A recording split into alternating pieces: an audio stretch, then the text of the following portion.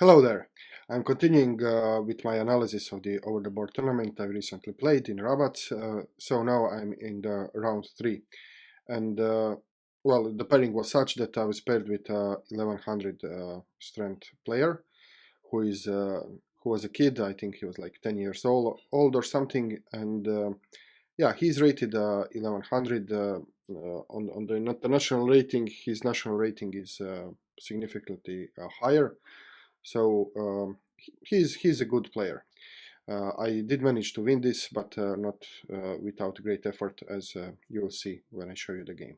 So the game was opened with e4. By the way, all the games in this tournament in which I was black, my opponent played with e4. And I think this was because mostly I was paired with kids, and kids all play e4. Okay, I responded e5, so we just went to usual stuff. Knight f3, I play Russian or Petrov, knight f6.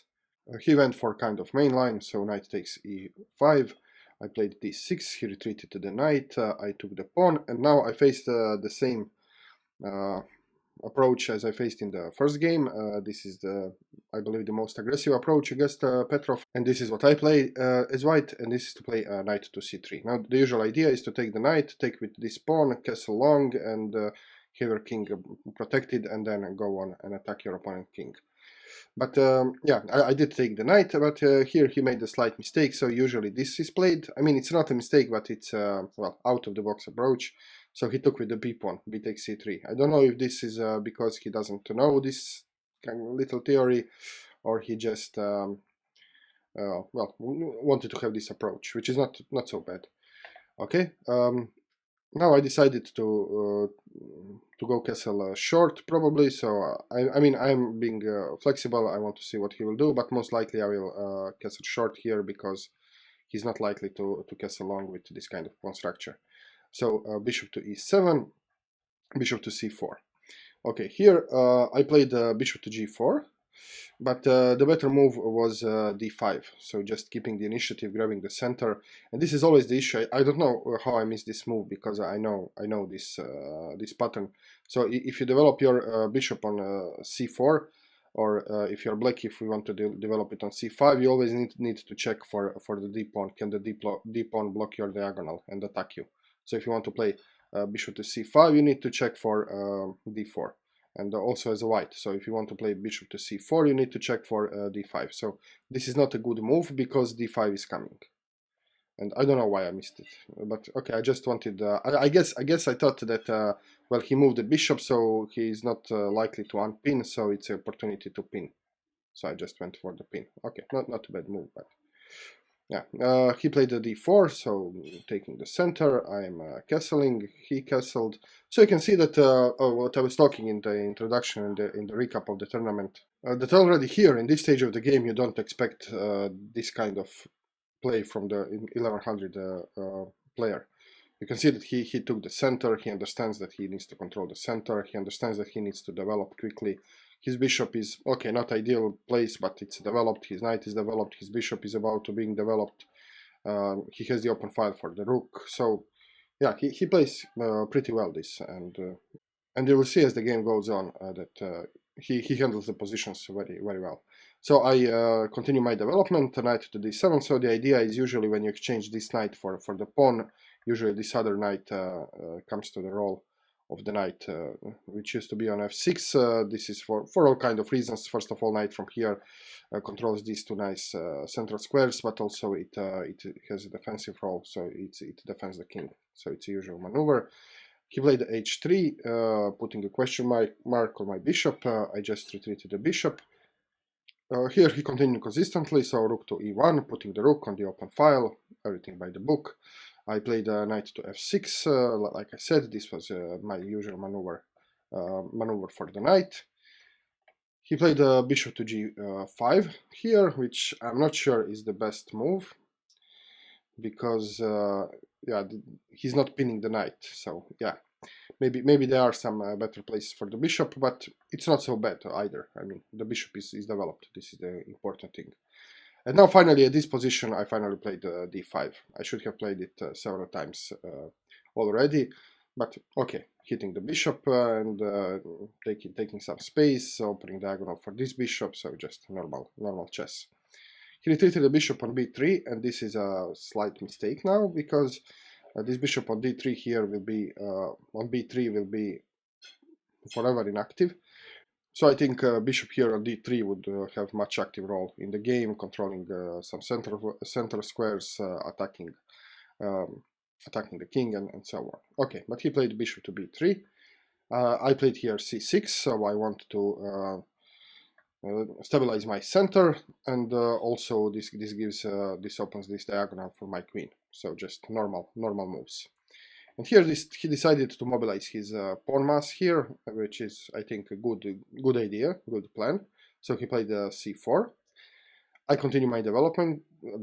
So I put rook to e8 here, and here I think he made one more strategical mistake. Instead of keeping the tension, he played c5. So in these kind of positions, you always want to keep the tension, especially if your pawn has more options than your opponent's pawn. So if you look at this pawn, he has two options. He can capture or he can move forward. And this pawn, he has only one option. He can only capture. So this makes this pawn more valuable than this pawn.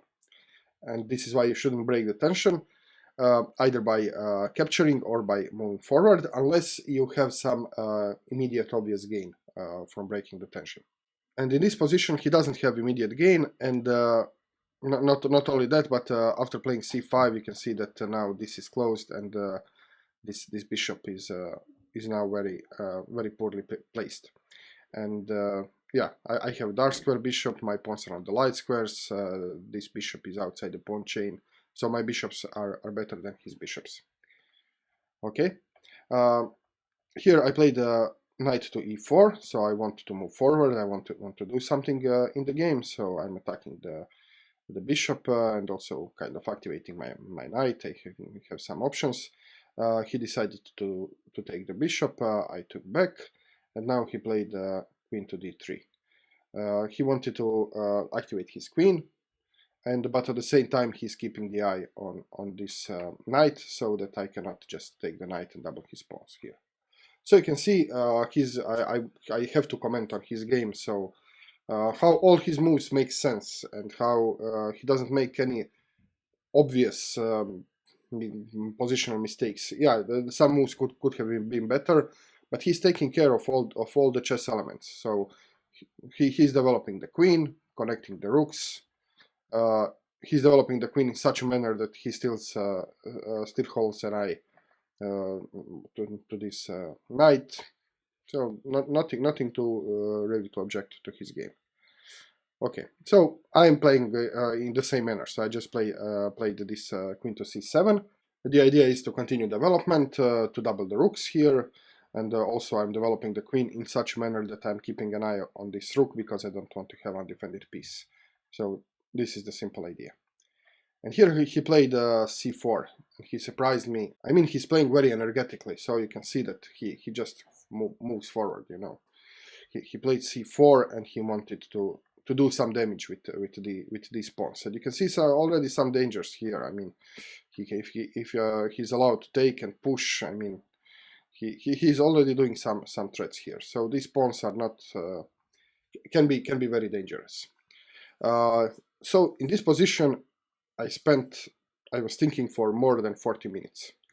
I mean, 40 minutes I was just sitting at the board thinking, calculating, because I saw many things in this position.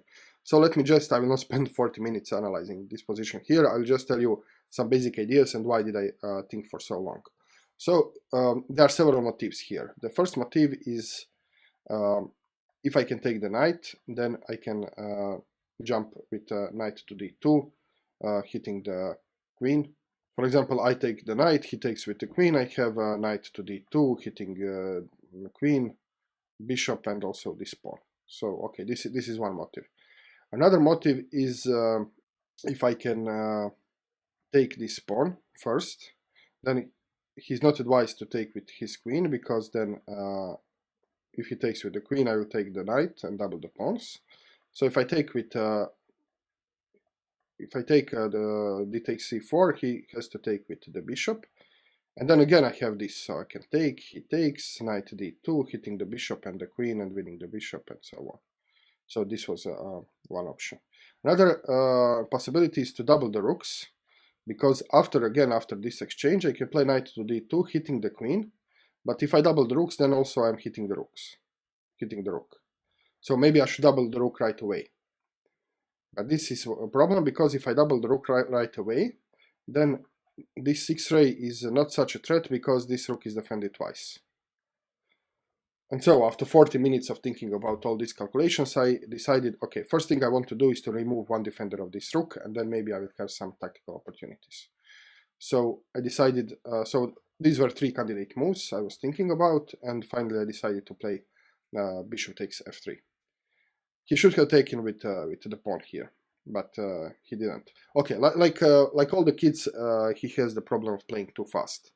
So this is the only thing which saves us older people from these kids, because if these kids could discipline themselves to think, to ask themselves certain questions, to spend like 5, 10, 15 minutes on critical positions like this, I mean, I don't know if I would stand any chance.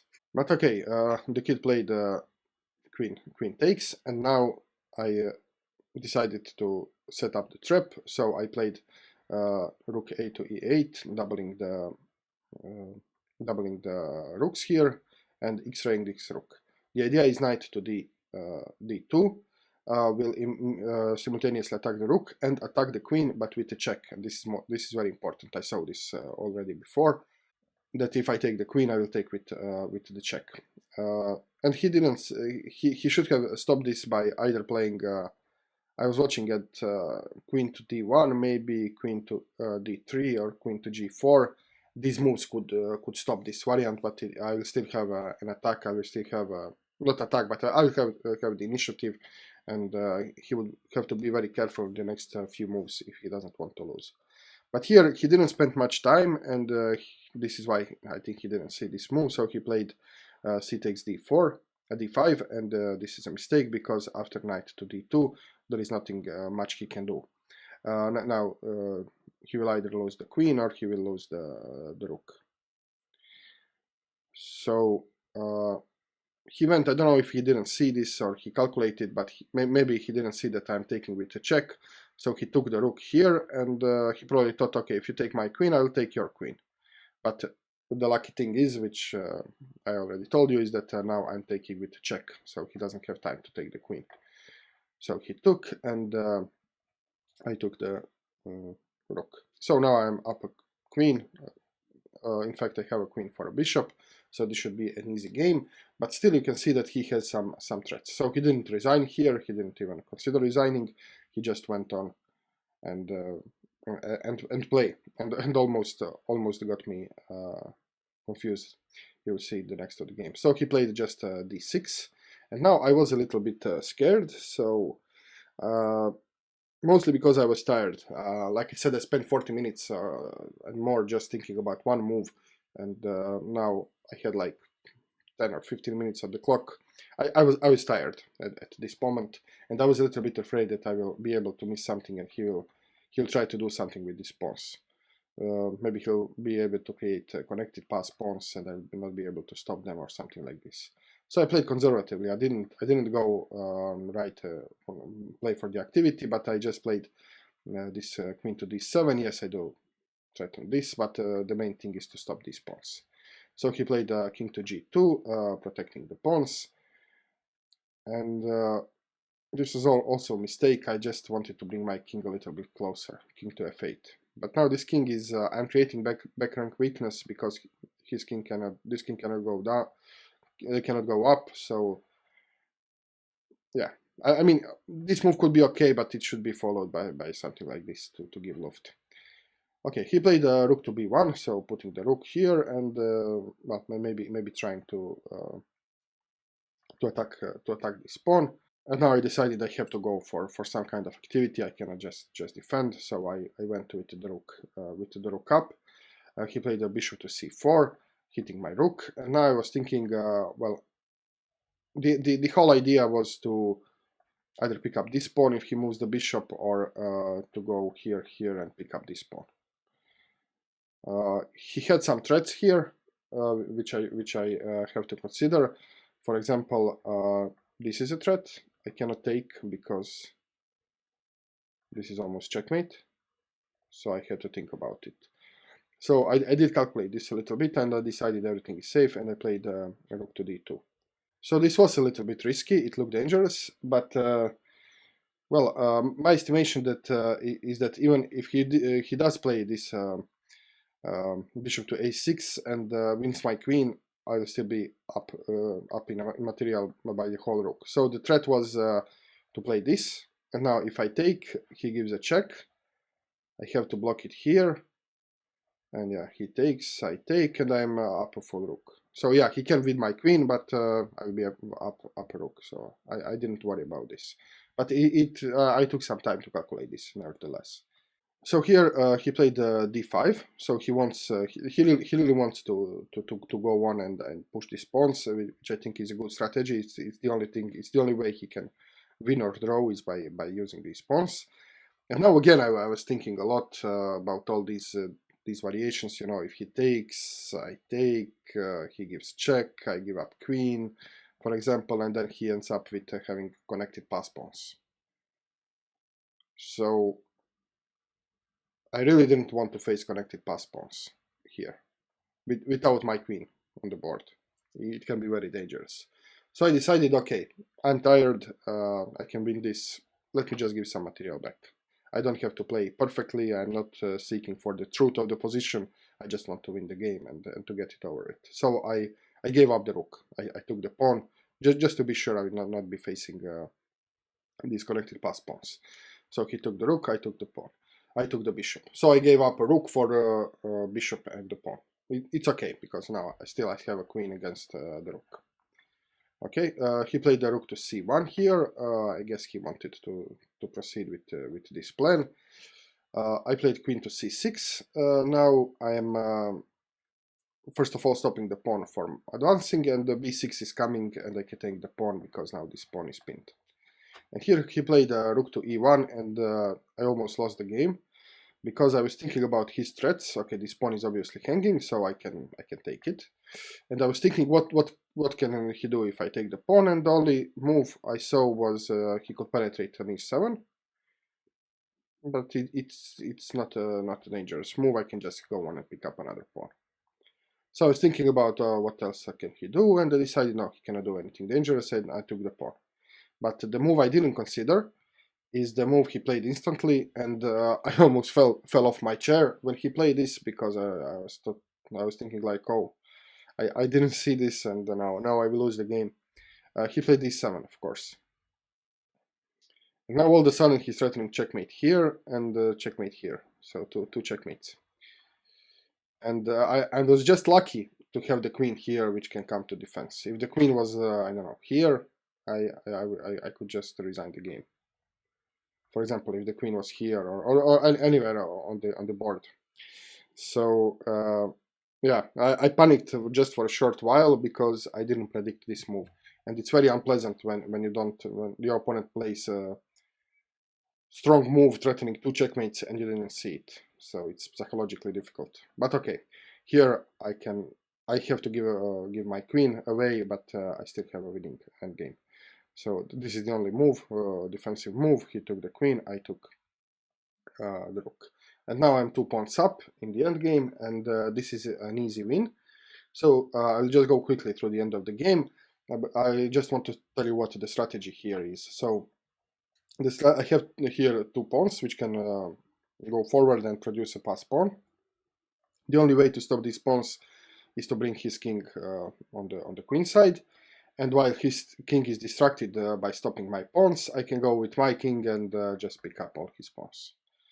So this is the usual strategy when you have, I mean, usually one pawn is enough. When the pawns are on the both sides of the board, usually if you have only one pawn extra, it's easy victory just by distracting the king. So this is what I did. So I will go quickly. Okay, so you can see my strategy. Yeah, I am starting to go with my king on the. I'm ready to go with my king on the king side, and then I'm pushing these pawns, creating a passed pawn here, and he has to stop the passed pawn. And now my king will just go on and pick up these pawns. Okay, and he still played here. He was hoping that maybe I will make a mistake and it will be a draw, so he played.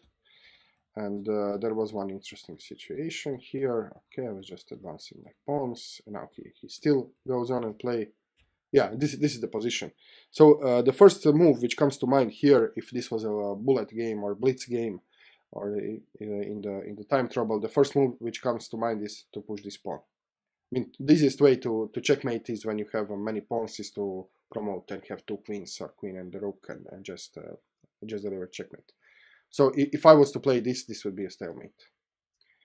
So maybe in the blitz game in which I have like 5 seconds left, I would even make such a move, and it will make him worthwhile to not to resign. But okay, this is a long game with 30 seconds increment, so you can think. And this was my first instinct to play, and then I checked, and oh, this will be a stalemate. Okay, I better not play this, so I play this. Queen to g2, he played one more move, I went forward, and now there are just 2 moves to checkmate. He cannot do anything, so yeah, only at this moment he resigned the game. Okay, and this is it. This is the end of the round 3. I have 1.5 points, so the draw from the first round, I lost the second round, and victory now. And so I'm ready to continue the tournament, looking forward to my next opponent in the 4th round, which I will analyze and show you soon on this channel. Thank you very much for watching. Like always, if you liked the video, click the like button, leave the comment below, subscribe to my channel if you didn't, share the video with your friends, support the channel if you think it's worthwhile, and I will see you soon with more chess. Cheers.